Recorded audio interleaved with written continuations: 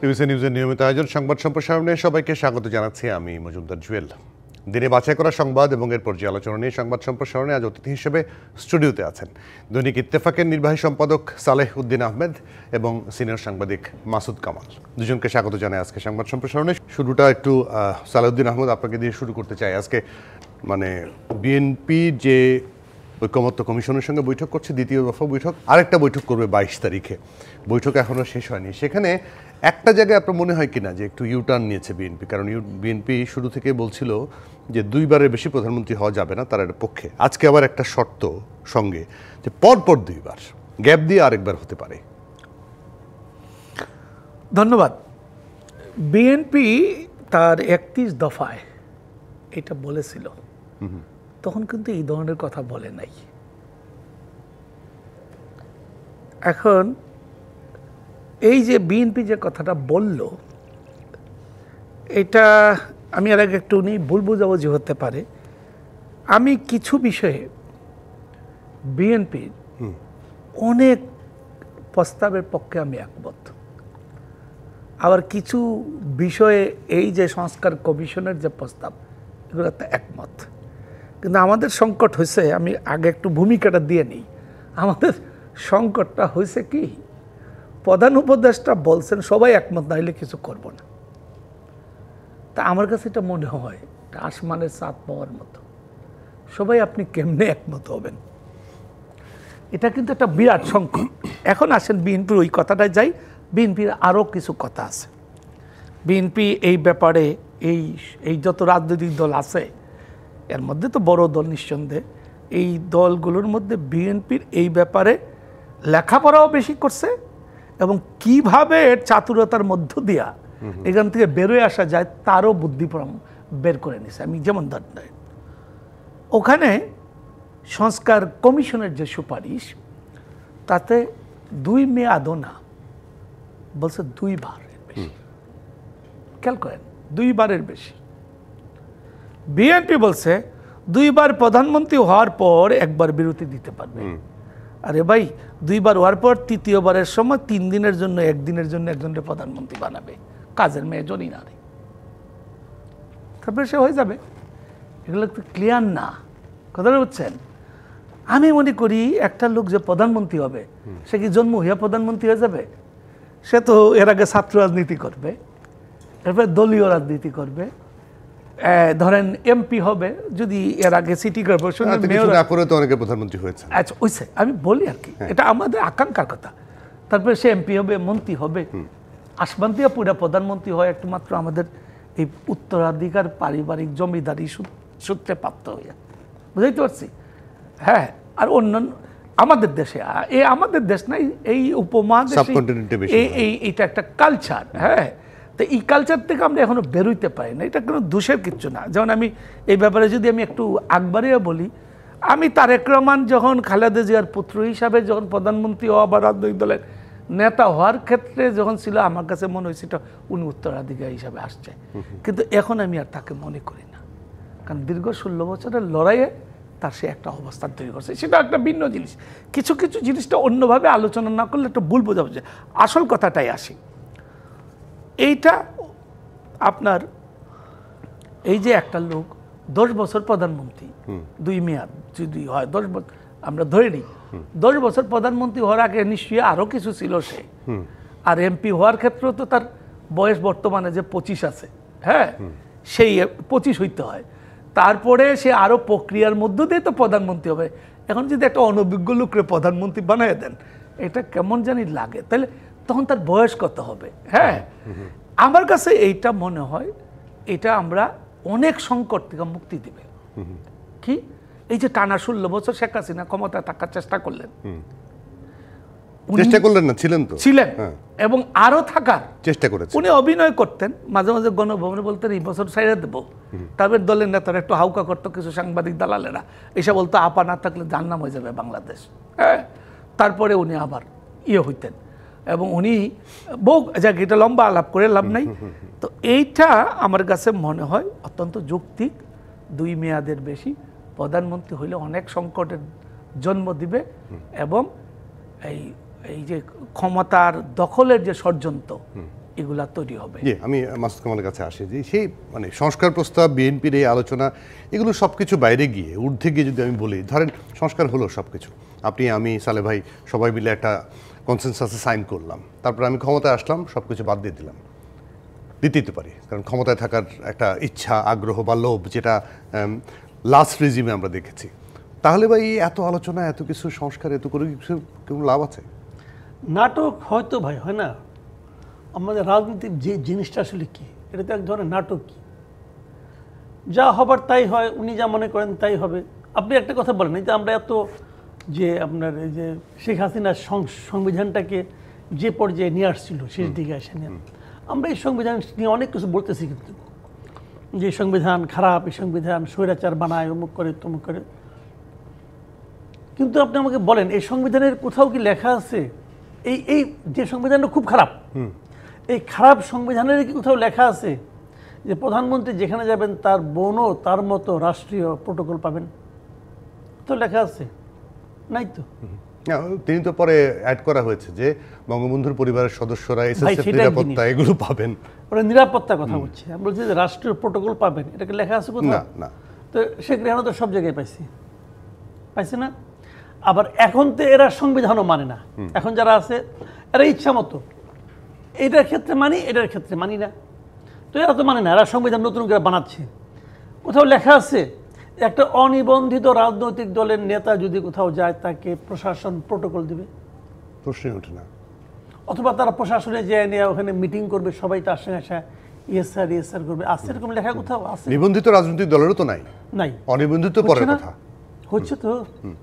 তাহলে বিষয়টা হলো কি, ওই বইটার মধ্যে কি আছে ভাই, এটাই ম্যাটার করে না। ম্যাটার করে ক্ষমতাটা কার কাছে এবং সে ক্ষমতাবান কি চায় সেটা। স্বৈরাচারী আচরণ কিন্তু এটাই কিন্তু স্বৈরাচারী আচরণ, যে আমি যা বলবো তাই, কি লেখা আছে দ্যাট ইজ নট ইম্পর্টেন্ট। এটা আমরা আগের আমলেও দেখেছি, এই আমলেও দেখেছি। আমি আপনার একটা সিম্পল উদাহরণ দিয়ে বলি। গতকালকে দেখলাম আমাদের স্বরাষ্ট্র উপদেষ্টা উনি বলেছেন যে আওয়ামী লীগের ঝটিকা মিছিল যদি থামাতে না পারে তাহলে পুলিশের বিরুদ্ধে অ্যাকশন নেওয়া হবে, বলছেন না? এটা নিয়ে কেউ কোনো আলোচনা করছে, কিন্তু একটা প্রস্তাব আমাকে বলেন। আবার সেপ্টেম্বরে এই উপদেশটা বলছে একবার র্যাবের একটা অনুষ্ঠানে, এটা বোধহয় 21শে সেপ্টেম্বর এরকম হবে, যে যদি আপনার ঊর্ধ্বতন আপনাকে কোনো বেআইনি আদেশ করে আপনি সেটা মানবেন না, বলছে। আবার উনি ওখানে এটাও বলেছিলেন যে যদি র্যাবকে রাজনৈতিকভাবে ব্যবহার করা না হতো তাহলে এত সব গুম খুন হইতো না। তাহলে আপনি আমাকে বলেন, একটা বৈধ রাজনৈতিক দল আওয়ামী লীগ, সেই দলের ঝটিকা মিছিল প্রতিহত করতে না পারলে পুলিশের উপরে অ্যাকশন নেওয়া হবে। তো একটা বৈধ রাজনৈতিক দল মিছিল করবে, এটা তার সাংবিধানিক অধিকার, দলটা তো অবৈধ না। তো এইটাকে যখন উনি আটকাতে বলেন, থামাতে বলেন, তখন উনি কি একটা মানে আপনার বেআইনি আদেশ দিচ্ছেন না? আবার উনি বলেছেন বেআইনি আদেশ দিলে মানবেন না, যদি না মানে তখন সেই পুলিশকে দিয়ে বদলিও করতে পারবেন। তো এখানে বলেন কোথায় সংবিধান, কোথায় আইন, কোথায় কি? আমি বলেছি অত হবে, এই আচরণটাকে আপনি কি বলবেন? এটা কি আইনি আচরণ? ভাই এগুলি বলে কোনো লাভ নাই। আমি আরেকটা আপনাকে সহজ উদাহরণ দিয়ে বলি। যারা মুসলমান, সারা পৃথিবীর তাবৎ মুসলিম যারা আছে, যত মুসলমান আছে, সব মুসলমানের সংবিধান কোনটা? কোরআন শরীফ। তো এই কোরআন শরীফ আপনার বাসায় একটা আছে, ওনার বাসায় একটা আছে, আমার বাসায় একটা আছে। তো ওই বইটা, ওই গ্রন্থটা, মহাগ্রন্থটা আমি যেভাবে ফলো করি উনিকে সেভাবে করেন, আপনি সেভাবে করেন। আপনিও আপনার সুবিধা মতো করেন, আমিও আবার সুবিধা মতো করি।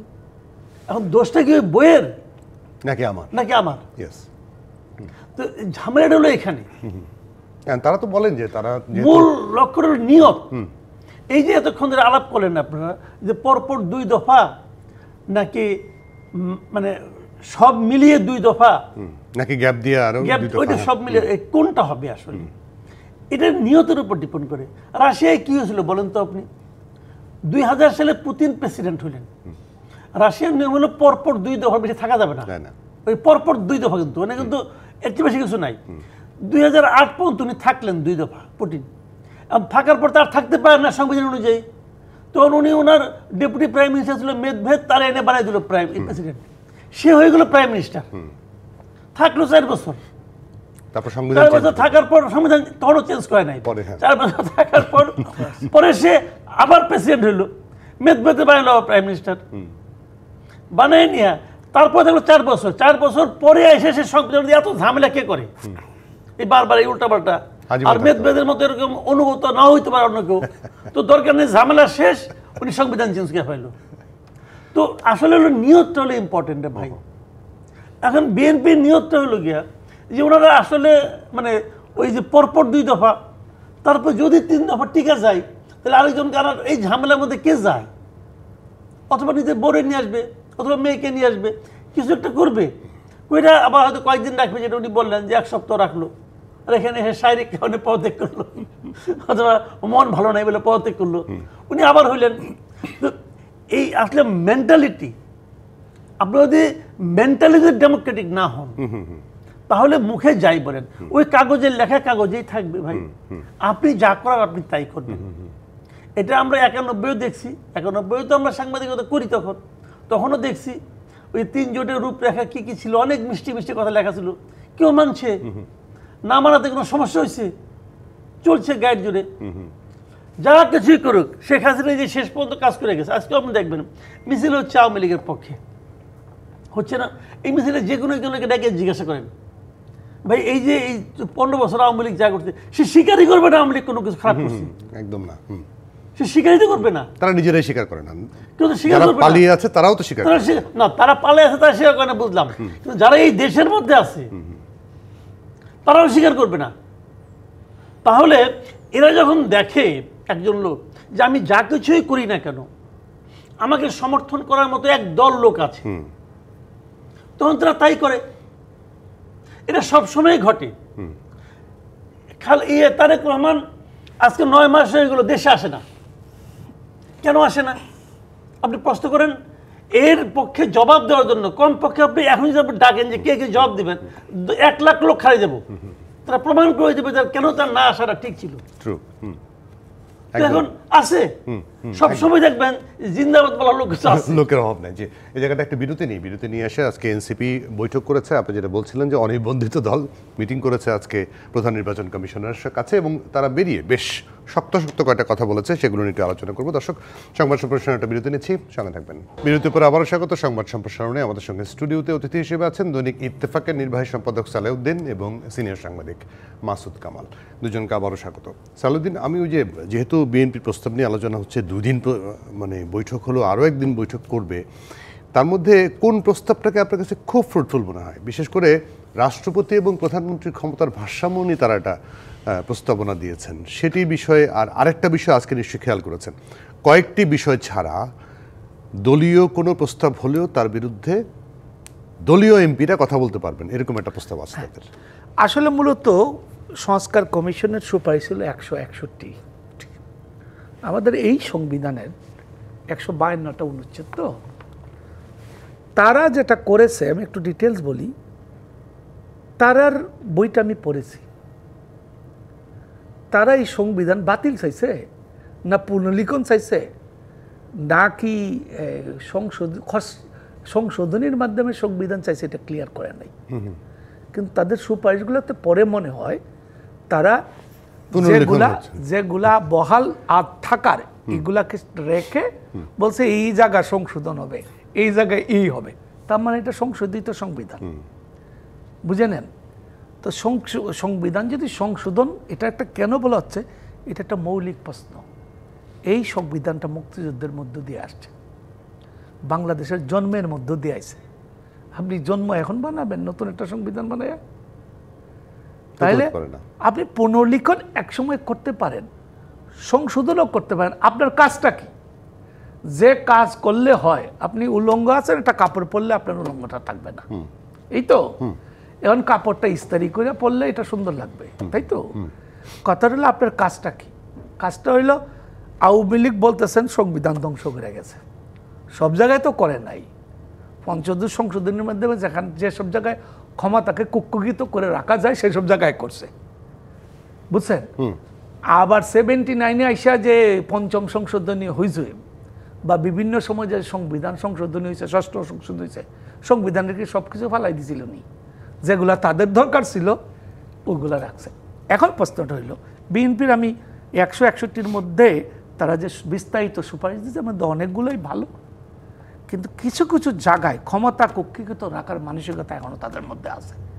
যেমন ধরেন 70 অনুচ্ছেদ, 70 অনুচ্ছেদে এই সংস্কার কমিশন প্রস্তাব দিছে শুধুমাত্র অর্থ বিল ছাড়া আর সব কিছু করতে হবে।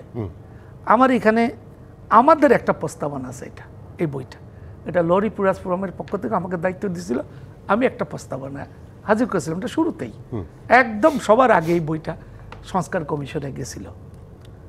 ওখানে আমি দুইটা কথা বলছিলাম, কোন দুইটা থাকবে না, একটা হলো অর্থ বিল, নাহলে সরকার পরিচালনায় অসুবিধা হইতে পারে, আর একটা হলো আস্থা বিল, সরকারের আস্থা অনাস্থা বিল।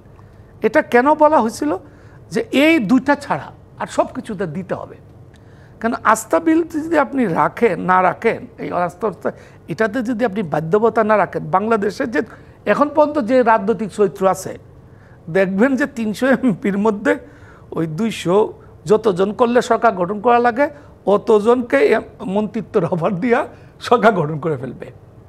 এবং নেপালে যে গঠন করেছে প্রতিদিন মানে প্রায় সরকার পড়ে যায়। এবং আরেকটা নিউজ হয়েছে যে ইন্ডিয়ার গোয়েন্দা সংস্থা এমপিরে কিনে ফেলে সরকার পালাইতে চাইছিল। তো বাংলাদেশে এই সম্ভাবনা আছে, ব্যবসায়ীরা বড় বড় ব্যবসায়ীরা কিনতে পারবে, এই তারা নিজেদের স্বার্থে বিক্রি হবে।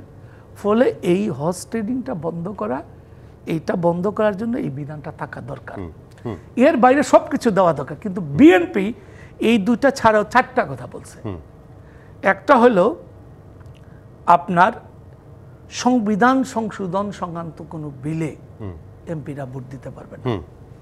শুনেন, এইটা করে আবার ওই যে আবার পরবর্তীতে ওই যে একটু আগে বলছে, আমি শেষ করে ফেলবো ভাই, এটা করে তাদের ক্ষমতাকে কুক্ষিগত করতে চায়।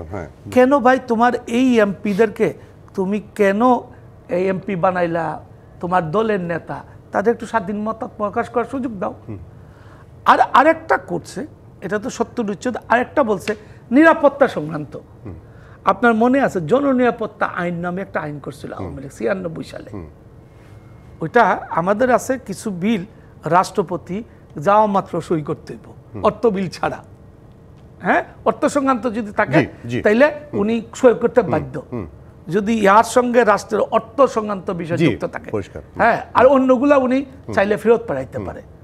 তো জননিরাপত্তা আইনটাকে অর্থ বিল হিসাবে সংসদে উত্থাপন হয়েছে যাতে রাষ্ট্রপতি ফেরত পাঠাইতে পারে। এটা আদালতে চ্যালেঞ্জ হয়েছিল, চ্যালেঞ্জও বলছিল এটা অর্থ বিল। আমি জায়গাটা শেষ করে 2-4 জিনিস শেষ করলে যাইতে হবেন। তো যখন এরা বলবে জননিরাপত্তা, বলে সব বিলের মধ্যে জননিরাপত্তা ঢুকাই দিবে, আর কেউ বাধা দিতে পারবে না, এটা গেলে এটা।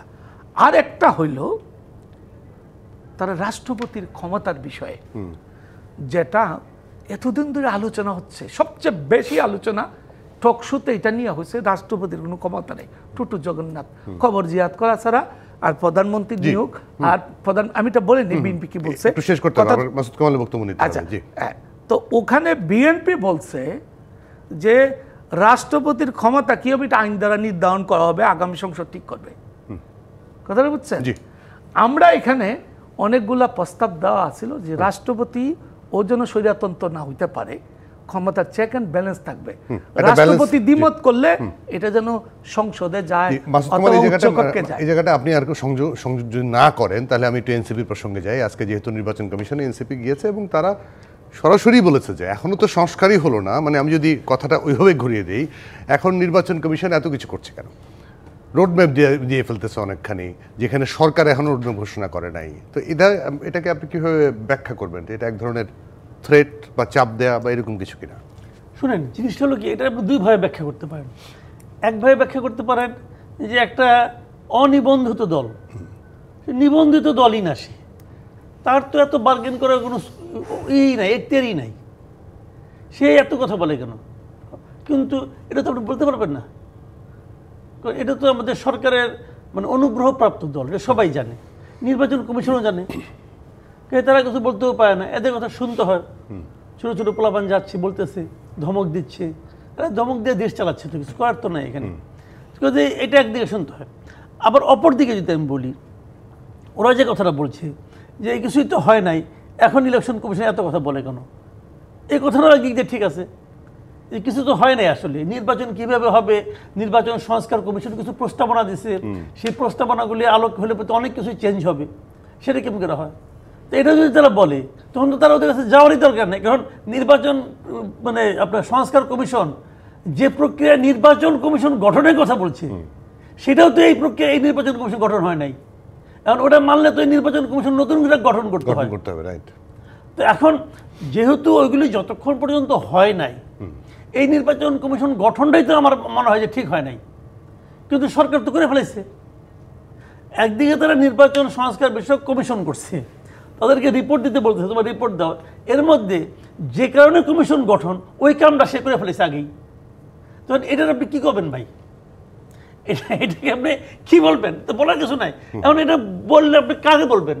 করছি, ডক্টর নোবেল পুরস্কার বিজয়ী, অতএব তার 7 খুন মাপ।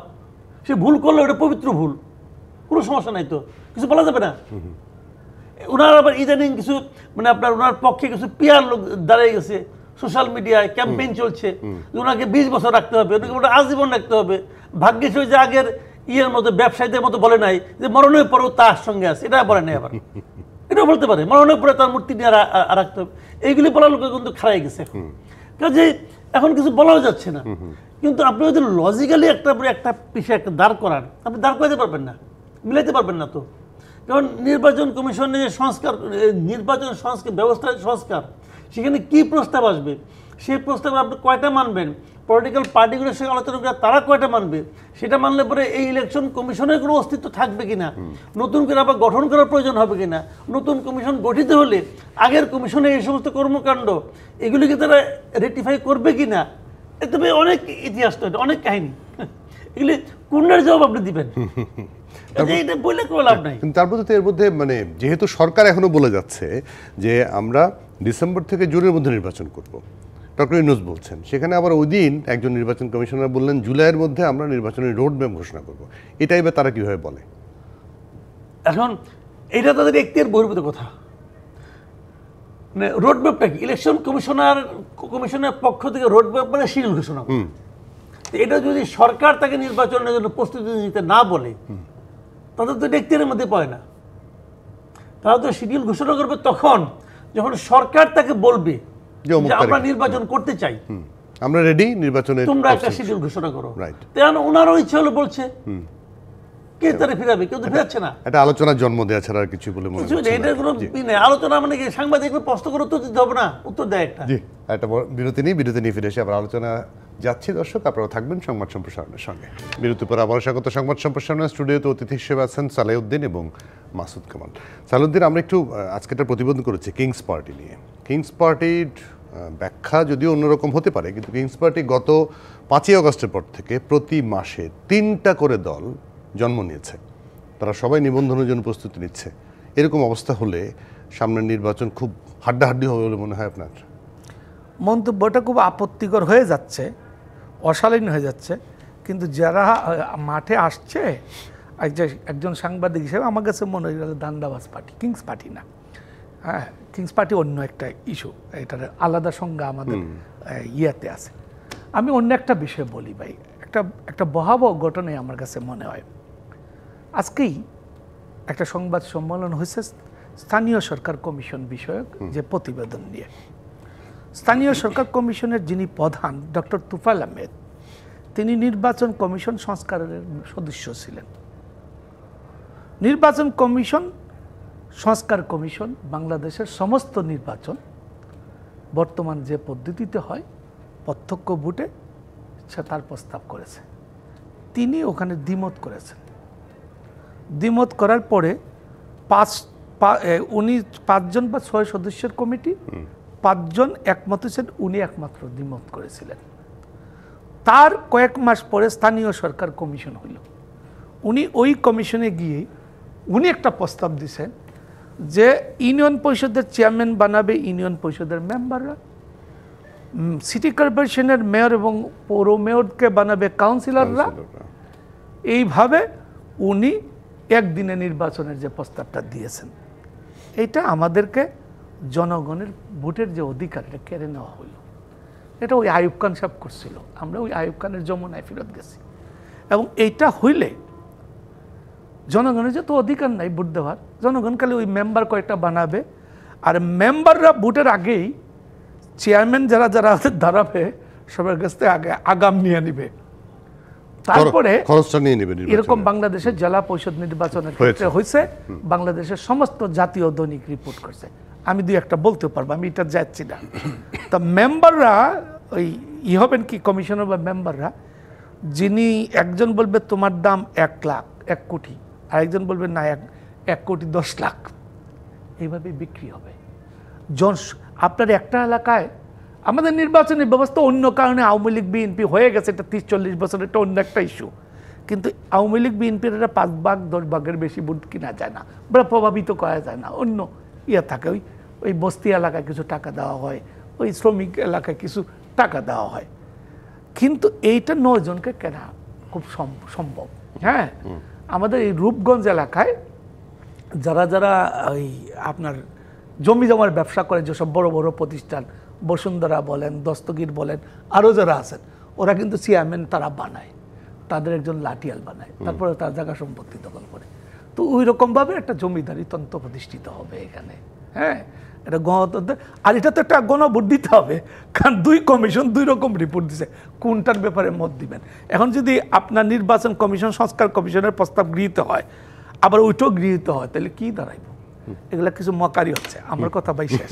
মাসুদ কামাল, আপনার কাছে আসি কিংস পার্টির প্রসঙ্গে। কিংস পার্টির বিষয় নিয়ে একটু বিস্তারিত শুনতে চাই আপনার কাছ থেকে। শুনেন, এই যে ছোট ছোট যেগুলো খুচরা পার্টি হচ্ছে, এগুলো আসলে কিংস পার্টি না, এগুলো খুচরা পার্টি। আর হচ্ছে নানা সময়ে নিজেদের আকাম কোকাম ঢাকার জন্য একটা বার্গেনিং হিসাবে পার্টি হিসেবে হচ্ছে। তারা নিজেরা বিভিন্ন সময় ছোটোখাটো পার্টি বলতে পারবে, আমার একটা প্ল্যাটফর্ম আছে, আমার একটা পার্টি আছে, আমি অমুক পার্টির লিডার। এই লিডার হিসেবে সে হয়তো যে প্রধান উপদেষ্টার সঙ্গে একটা মিটিং করবে, ওখানে একটা মিটিং করবে, এইগুলি আর কোনো কাম নেই এদের। এদের কোনো ভোট টোট কিছু নেই, এদের কোনো অর্থ হয় না কোনো। আর কিংস পার্টি একটা আছে, সেটা হলো কি আপনার এই এনসিপি। এনসিপি হলো কিংস পার্টি। কিংস পার্টি মানে কি? মানে কিংয়ের রাজা যিনি থাকবেন, শাসক যিনি থাকবেন, তার আনুকূল্য নিয়ে যে পার্টিটা গঠিত হয় এবং যে পার্টিটা বিরাজ করে সমাজে, সেটি হলো কিংস পার্টি। সেই হিসেবে এটা হলো কিংস পার্টি। কারণ এই পার্টি গঠনের ক্ষেত্রে ওনার চিন্তা ভাবনা আদর্শ প্রতিফলন করার চেষ্টা করছে, এবং বিপরীত দিকে এই পার্টিও ওনাকে এক ধরনের সাপোর্ট দিয়ে যাচ্ছে। এটা হলো কিংস পার্টি। তো এই কিংস, যেটা নাকি আসল কিংস পার্টি, এইটারই ভবিষ্যৎ এখন থেকে প্রায় অন্ধকার। আর যেগুলি যে প্রতি মাসে যেটা করে আপনার হচ্ছে, আপনার মানে বের হচ্ছে, কোন জায়গাতে বেরোচ্ছে বলতে পারবো না, বের হচ্ছে, ওগুলি মানে যেভাবে বেরোচ্ছে ওভাবে যাবে, ওগুলির কোনো বেল নাই। এইটারই প্রায় অন্ধকার। বাংলাদেশে কিংস পার্টির ইতিহাস বড় শোচনীয়। আমাদের এক ছিল না, ফিরদৌস আহমেদ কুরাইশি এটা করছিল, তো ওটা তো নামও কেউ মনে করতে পারবে না এখন। এইগুলি এরকম হারাই যাবে। এই সূত্র ধরে যদি আমি বলি যে আজকে কালকে একটা হত্যাকাণ্ড হয়েছে বনানীতে, নিশ্চয়ই খেয়াল করেছেন। 2 বন্ধু মিলে সিঙ্গারা খাচ্ছিল, 2 মেয়ের দিকে নাকি কীভাবে তাকিয়েছে, এসে ছুরি মেরে মারে। আজকে ছাত্রদল মামলা করেছে বৈষম্য বিরোধী ছাত্র আন্দোলনের 5 নেতা সহ 8 জনের বিরুদ্ধে। খুনোখুনির মধ্যেও তারা জড়িয়ে যাচ্ছে। এটাকে আপনি কীভাবে দেখেন? এটা জড়িয়ে গেছে অথবা জড়ানো হচ্ছে, এটা হতে থাকবে। সামনের দিনগুলিতে আরও হবে, আরও বাড়বে। এটা এতদিন তো এককভাবে বৈষম্য বিরোধী ছাত্র আন্দোলনের ব্যানারে যারা ছিল, স্টুডেন্ট যারা ছিল, তারা এক ধরনের দাপটের সঙ্গে কিন্তু বিরাজ করছিল, বিভিন্ন রকম তদবির বাণিজ্যেও তারা লিপ্ত হয়ে গেছে, এটা সবাই জানে। এখন এটা এককভাবে তাদেরকে কয়দিন করতে দিবে? ছাত্রদল মনে করতেছে আগামীতে আমাদের দল ক্ষমতায় আসবে, আমরা নই কেন? এবং তারা দেখতেছে বিভিন্ন সময় প্রশাসন, পুলিশ এরাও তাদেরকে একটু গুরুত্ব দিচ্ছে ছাত্রদলকে। তো তারা পাল্টাপাল্টি মামলা এখন হতে থাকবে। এখন যে কেউ মারা গেলেই দেখবেন এক পক্ষ আরেক পক্ষের বিরুদ্ধে মামলা করে দিবে। এখন এগুলি নির্বাচনের যত দিন যা সামনে ঘনাতে থাকবে, তত এগুলি চলতে থাকবে। আসলে এই সমস্ত ক্ষেত্রে কী হয় জানেন, আমি একটা কথা বলে শেষ করি, এটা নিয়ে অনেকে তো নানা ধরনের কথাবার্তা বলবেন, কিন্তু আমি একটা সিরিয়াস কথা বলি। এগুলি আসলে এই যে মারামারি, মামলা মোকদ্দমা, এগুলি হচ্ছে কি কেবল তাদের কারণে? না, তাদের কারণে না, এগুলো আসলে হতে দেওয়া হচ্ছে। কে হতে দিচ্ছে? সরকার হতে দিচ্ছে। সরকার কোথাও ফিরায় না, কিন্তু বিএনপির দুই দলে মিলে সংঘর্ষ হয়, সরকার ফিরায় না, হতে দেয়। তোমরা করো মারামারি, চাঁদাবাজি হতে দেয়, তোমরা করো। কেন দেয় জানেন? দেয় এই কারণে টোটাল পলিটিক্যাল পার্টিগুলির ব্যাপারে সাধারণ মানুষের মধ্যে এক ধরনের বিতৃষ্ণা তৈরি করার জন্য দেয়। এবং এই বিতৃষ্ণা যখন চূড়ান্ত পর্যায়ে ধারা উঠবে, তখন তাদের যে ক্যাম্পেইনটা, যেটা অরাজনৈতিক সরকারকে 5 বছর রাখতে হবে, সেই ক্যাম্পেইনটা তখন জোরদার হয়। এটার পিছনে একটা অন্য ইতিহাস আছে, অন্য একটা ষড়যন্ত্র আছে। এই ষড়যন্ত্রটা আগামীতে আরো দেখবেন।